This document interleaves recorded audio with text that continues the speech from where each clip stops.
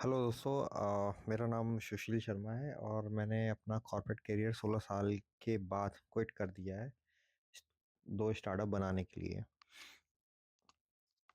इस चैनल में मैं जो भी मेरे पास चैलेंजेस आते हैं या जो भी चैलेंजेस मैं फेस कर रहा हूँ स्टार्टअप बनाने के लिए, स्टार्टअप को एक लेवल तक ले जाने के लिए, वो सब मैं आपको day by day daily update देके बताऊंगा। एंड इस जर्नी में मैं डेली कम से कम 2 से 3 मिनट का एक वीडियो अपलोड करूँगा।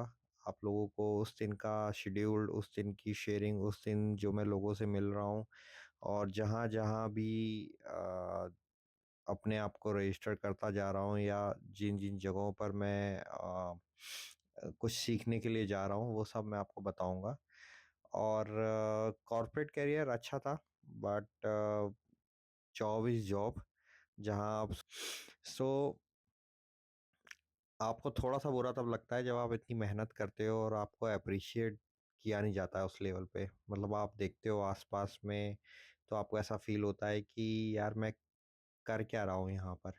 मुझे समझ में नहीं आ रहा है, मैंने इतना काम किया, इतनी चीज़ें की, हो सकता है डिलीवर्ड उस वे में ना हो पाए जो आपका मैनेजर चाह रहा है, बट चीज़ें तो की ही हैं आपने, जहाँ टाइम स्पेंड किया है, जहाँ लोग आपको जानते हैं, मानते हैं।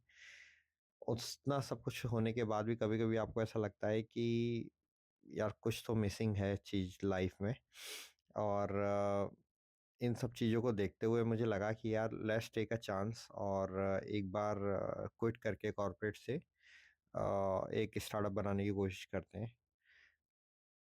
मैंने 28th ऑफ फ़ेब को रिज़ाइन किया था। 27th मेरा लास्ट वर्किंग डे था कंपनी में। It's a big MNC. And यहाँ पर जो मेरा 16 साल का करियर रहा, इसमें मैंने मोर ओवर इंडिविजुअल कंट्रीब्यूटर का रोल प्ले किया है, जहाँ पर मल्टीपल टेक्नोलॉजीज और मल्टीपल डोमेन के साथ एक अच्छा एक्सपीरियंस रहा है मेरा।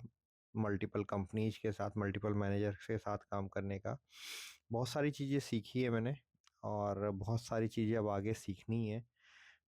तो देखते हैं क्या रहता है, कैसा जाता है। मतलब अभी मैं कुछ ऐसा कमिटमेंट नहीं करूँगा कि मुझे 1 साल में डिफेंडर लेनी है, 2 साल में मुझे कुछ और करना है, 3 साल में मुझे कुछ और करना है, या मेरा 1 करोड़ का चैलेंज है 1 साल का, कुछ भी ऐसा नहीं बोलना है।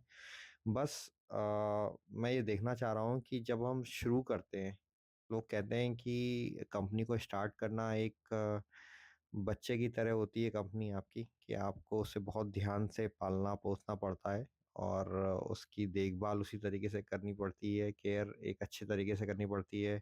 आपके साथ जो लोग जुड़ते जाते हैं, वो उनका बहुत देख के आपको जुड़ना है या देख के आप जुड़ते हो लोगों से कि कहाँ, क्या, कौन, कॉन्फ्लिक्ट्स ना हो लोगों के साथ आपके। अभी तक मैं इंडिविजुअली था, मेरे साथ एक और बंदा था जिसने रिज़ाइन किया था। मैं गेस कर रहा था कि या मैं चाह रहा था कि अगर वो भी मुझे जॉइन करता। उसका नाम मैं रिवील नहीं करूँगा यहाँ पर। बट ठीक है, मतलब लाइफ में कुछ जर्नीज़ अकेले ही जानी करनी पड़ती हैं। आप सबको लेके साथ में नहीं चल सकते, क्योंकि हर किसी का अपना व्यू होता है और हर कोई अपने तरीके से सोचता है चीज़ों को लेके। बट आपका अपना तरीका है, आपका अपना ड्रीम है और आपको अपने ड्रीम को खुद परस्यू करना है। उस ड्रीम को परस्यू करने के लिए आप ये नहीं कह सकते कि जी मैं किसी और के भरोसे ये ड्रीम कर रहा हूँ या किसी और के भरोसे मैं ये स्टार्टअप चलाऊँगा या कोई और आके स्टार्टअप देखेगा। और दूसरी चीज़ ये है कि मैंने बहुत सारे लोगों को कहता हुआ सुना है कि भई आप कंपनी में रहकर और साइड बाय साइड अपना स्टार्टअप कीजिए और उसके बाद एक बार जब आपकी जो मंथली इनकम है, वहाँ तक आपका स्टार्टअप आ जाए, तब आप अपना जॉब क्विट कीजिए। ऐसा पॉसिबल नहीं हो पाता दोस्तों। दिल्ली एनसीआर में आप रह रहे हो या किसी भी जगह पर आप रह रहे हो, तो आप कॉर्पोरेट जॉब कहने को 9 घंटे की जॉब होती है, बट अगर आप देखेंगे तो आप स्टार्ट करते हैं सुबह मॉर्निंग में 10 ओ क्लॉक या 9 ओ क्लॉक से, और आप देखेंगे जब आप घर पहुंच रहे हैं तो 9 या 10 बज रहे हैं। आपका काफ़ी सारा टाइम ट्रैवलिंग, ट्रैफिक और भी बहुत सारी चीज़ों में जाता है। दिन भर कंपनी में भी अपनी अपनी भसड़ होती है।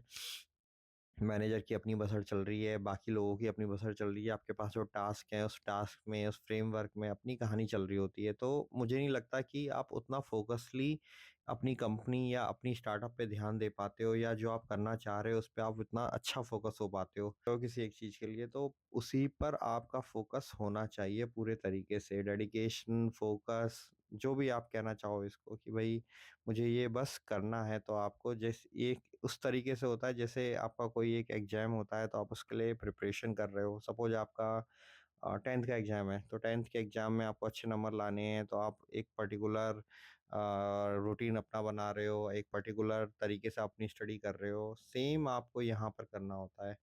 और मेरे साथ मैंने एक छोटी सी स्टार्टअप में इन्वेस्टमेंट भी किया हुआ है।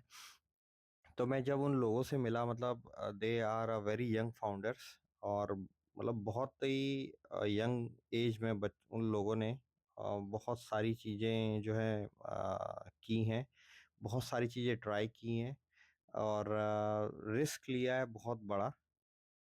रिस्क टेकिंग कैपेबिलिटी मतलब इसमें बहुत अच्छी होनी चाहिए आपकी। पैसा हो ना हो, बट दो चीज़ें बहुत अच्छी होनी चाहिए। एक तो आपका माइंडसेट बहुत अच्छा होना चाहिए, दूसरा रिस्क टेकिंग कैपेबिलिटी आपकी अच्छी होनी चाहिए। कि करते हैं कुछ लोगों को लगता है कि नहीं यार, हमारी वो भी आती रहे और दूसरी चीज़ें भी चलती रहें, बट दोनों चीज़ें एक साथ होती नहीं है। तो आज के लिए तो ये मेरा छोटा सा सेटअप है, मैं दिखाना चाहूँगा आपको। और यहाँ पे हमने अपनी दोनों स्टार्टअप्स के लिए दो चिट प्लेस की हैं। तो स्टार्टअप वन को हम रिवील करेंगे 9th ऑफ जुलाई को, स्टार्टअप टू को रिवील करेंगे सितंबर में। डेट अभी मैं डिस्क्लोज नहीं कर रहा हूँ। और जैसे जैसे जो जो प्रोग्रेस होती जाएगी मैं आपको दिखाता जाऊंगा। ये वॉल जो है धीरे धीरे धीरे करके इन चिट्स से भरती जाएगी।